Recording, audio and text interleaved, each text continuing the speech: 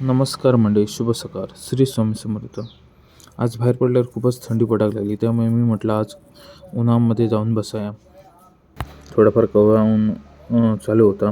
तेवढ्यात वेदू येलो. वेदू मस्ती करू लागलो. तेवढ्यात मी उठले आणि अंघोळ करू केलं. अंघोळ करून झाल्यावर पूजा वगैरे झाली आणि मी बाहेर पडलं आहे. रोजच्याप्रमाणे मी मारुती मंदिरकडे स्टॉप घेतला आहे.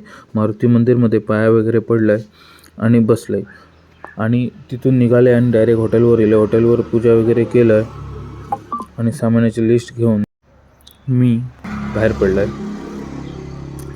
गाडी बाहेर काढल्या गेटवर जाऊच्यासाठी.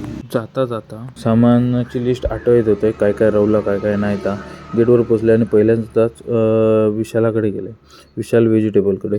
आणि त्यानंतर मी गेले बाबा परब भुशारी दुकानाकडे. त्यांच्याकडे सर्व प्रकारचं सामान भेटता होलसेल रेटमध्ये. मी तांदळाची बॅग घेतलं आहे आणि भाजी वगैरे घेतलं आहे आणि हॉटेलवर जाऊन निघाले. हॉटेलवर पोचलं आहे आणि तेवढ्यात शेजवान चटणी करूची होती म्हणून मिरचीचे देठ काढू घेतलं आहे. तेवढ्यात म्हाका कॉल येलो, कुन्नात जा, थंय काम चालू आहे म्हणून. मी तितक्यात कुन्नात जाऊ केलं आहे. बघले तर काम चालू होतं, पण काम होत नव्हतं त्या स्पीडमध्ये.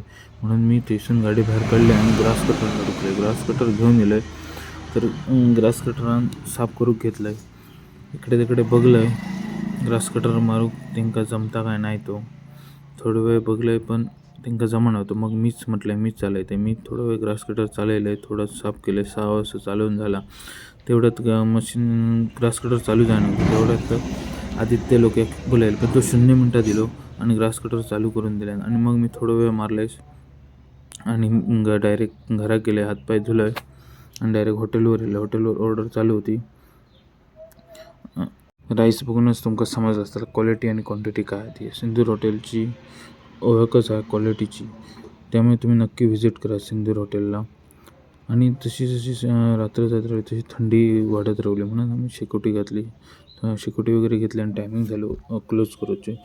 भांडी वगैरे धुवून घेतली आणि सोबत पाणी मारून घेतलं आणि व्यवस्थितपणे साफसफाई केली. असं होतं आजचा दिवस. श्री स्वामी समर्थ.